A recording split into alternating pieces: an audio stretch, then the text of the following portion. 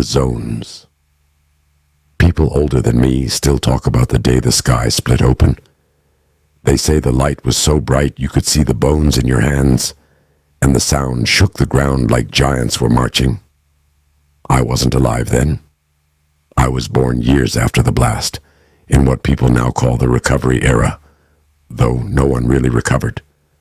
They just got used to surviving inside whatever pieces of the country didn't get wiped off the map. My name's Rylen Ward. I'm 15, and I live in Zone 4, one of the few places in the old United States that didn't turn into a glowing wasteland. Everyone calls these places safe zones, but that's a stretch. We're not living in comfort.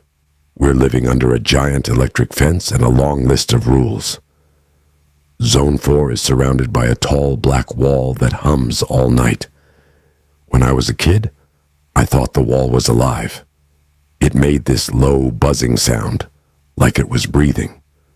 My mom told me it was the shield, some old tech that keeps radiation out and keeps us from melting into puddles. No one knows how the shielding works, or even who invented it. The government that built it doesn't exist anymore, and the people running things now don't like answering questions. Inside the walls, life is half normal, half future tech. We've got schools, ration shops, and houses that look like they're made from recycled shipping containers. But we've also got drones for deliveries, self-driving patrol carts, and towers with blue lights that pulse every few seconds. Those towers are the heartbeat of the zone. If even one goes out, the air gets weird and people start coughing. The rule everyone learns first: stay away from the wall and stay away from the towers. Most people listen. My best friend Mason absolutely does not. Mason's one of those kids who could find trouble in an empty room. Wild curls, busted lip half the time, and a homemade drone he built from scrap he borrowed from the recycling yard. His drone looks like a toaster with wings, but it flies, which is more than I can do. We've been friends since we were little, mostly because I'm the only one dumb enough to follow him on his stupid adventures. Anyway, this morning starts like any other. I'm walking to school, passing the checkpoints, listening to the wall hum in the background. Kids are complaining about math class. A couple drones buzz overhead, and nothing feels out of place. Then the hum stops. It doesn't fade or glitch. It just cuts off. It's like someone muted the entire world. I freeze. Everyone else does too, because we've never heard silence before. Real silence. The kind that makes your heartbeat sound too loud in your ears. A second later, the wall goes dark. The blue lights blink twice, then vanish. The drones that hover above the fence lose power and fall out of the sky like dead birds. One hits the ground so hard, it sends dust everywhere. Panic spreads fast. People scream. Workers sprint for their homes. Enforcer bots roll out from the towers, but even they look confused, their lights flickering from blue to red, like they can't decide what mode they're in. Then I see it. Something moves beyond the dead wall. At first it's just a shape, tall, blurry, walking through the dust on the other side. My brain tries to label it a person, but it's too big, too sharp around the edges. Something metallic glints across its body. Its movements aren't stiff like a robot, but they aren't human either. It walks like it knows where it's going, like it's heading toward us. The loudspeakers crackle on, glitching. All residents return indoors. This is not a drill.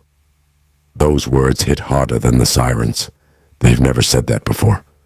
Not once in my entire life. Mason grabs my arm. Rylen, dude, what is that?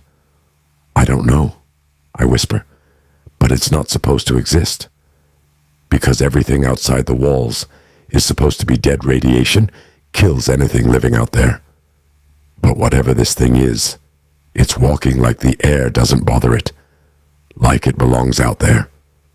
The school goes into lockdown. They stuff 400 of us into the cafeteria while the teachers pretend they're not freaking out. Kids cry. Kids try to call their parents, but the network is overloaded. The lights flicker every few minutes. Hours crawl by. No one tells us anything. When they finally release us, the streets are chaos. Enforcers block off half the town. Tower 3 is completely offline. Workers in protective suits run around scanning the air with devices that beep way too much to make me comfortable. When I get home, my mom drags me inside before I can say a word. She locks the doors, pulls the blinds down, then kneels in front of me like she's about to tell me someone died.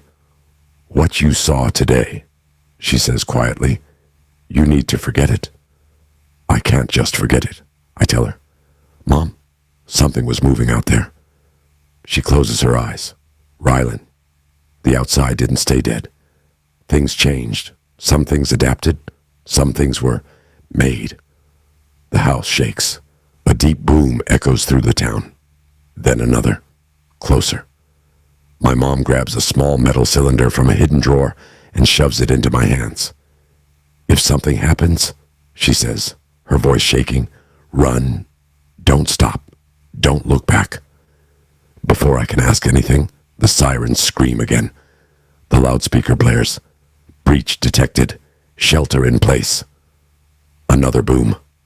Something hits the wall. Hard. And somewhere out in the dark distance, a voice, or a sound pretending to be one, shreds through the air. Not human. Not animal. Something else. Something coming.